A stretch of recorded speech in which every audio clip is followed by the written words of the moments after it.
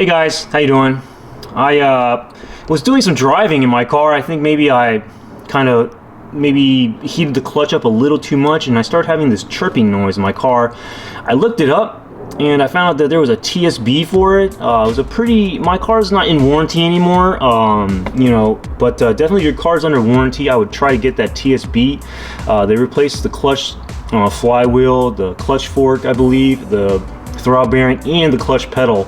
I believe it fixes everything. I believe the clutch pedal actually is what really fixes that chirping noise by keeping the clutch fork from, I think, touching the I guess the bearing. I'm not sure what causes it, but anyways, for what I saw online, and I'll post a video of a guy doing it, but you basically have to grease everything back up again. So I used what the Subaru manual suggested. I think it was Phillips 66, something number 2, red number 2. I'll go ahead and show you guys later. It's over here on the floor of the garage. But basically, in order to do it, I had to remove this rubber boot that's down there. I'm not sure if you can see it.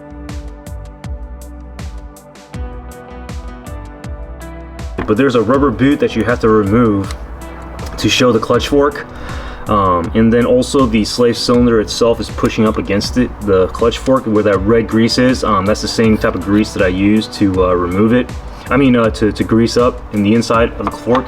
Let me show you the areas, because you can't really see where you're doing it. But let me show you kind of where I did it. But yeah, there's your clutch fork. The slave cylinder is basically pushing up against this piece right here. That's where your slave cylinder is pushing up against. So that's where that's where you can see the red grease that I put in there. And then also you want to grease these parts right here. You can't see these two, so it's kind of difficult. You kind of have to put your, I guess, a paintbrush down there. You'll see in the video what he did. And then this one's a little bit easier. This one I could see, so I greased out. I cleaned it up first, and then I greased that area where it's pushing against the clutch fork. But I got everything from Home Depot except for the lubricant. Here it is right here. It's Multiplex 220 number 2 Phillips 66. I got this from Fastenal, a local Fastenal store. I just ordered online and had them just put in a locker. It took like 5 minutes to go purchase, so it was a real fast purchase. Here's the paintbrush I used. I got this from Home Depot. I didn't use this exact one.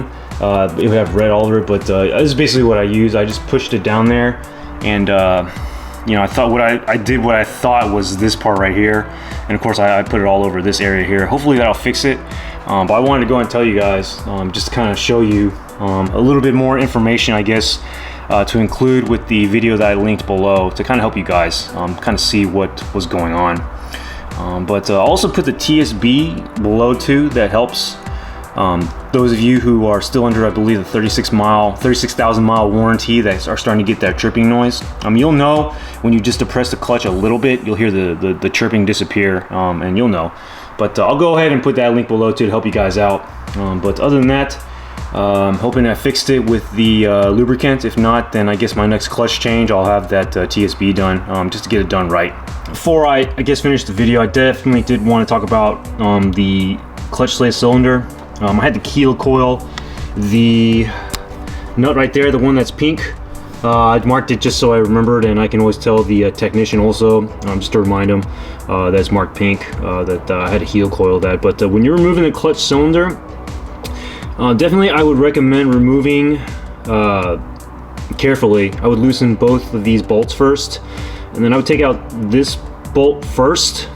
For some reason, it's under a lot more of, I guess, bending moment than would this side.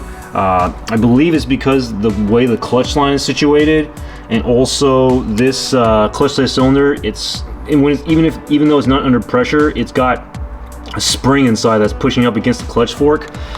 So when you're removing it, you definitely want to put your hand and hold the clutch slave cylinder in place while you're removing these bolts if you have to. My suggestion is you can try to do it without removing the bolts if you have to do this grease job, if you decide to do it. But if you need to remove it, definitely be extremely careful when you're removing the clutch slave cylinder, or you may do what I did and strip the bolt hole. Of course, if you feel a little bit of unnecessary type of I guess, pressure on the bolt, you feel like it's stripping, definitely stop.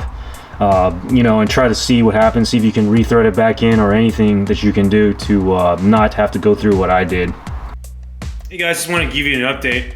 I've driven the car a couple times. I've you know, driven it to where I, you know, got the clutch you know, heated up, I think, for the most part, just checking my engine temps as I was driving, and the squeak, the chirping has, for the most part, is gone. I haven't heard it since I have greased the clutch/slave cylinder fork in the areas that were shown in that previously, I guess, in the other clips. So I just wanted to give you that update. I'm really pleased, really happy. But to be honest, I think when it's time to change out the clutch, I'm going to go ahead and do that TSB.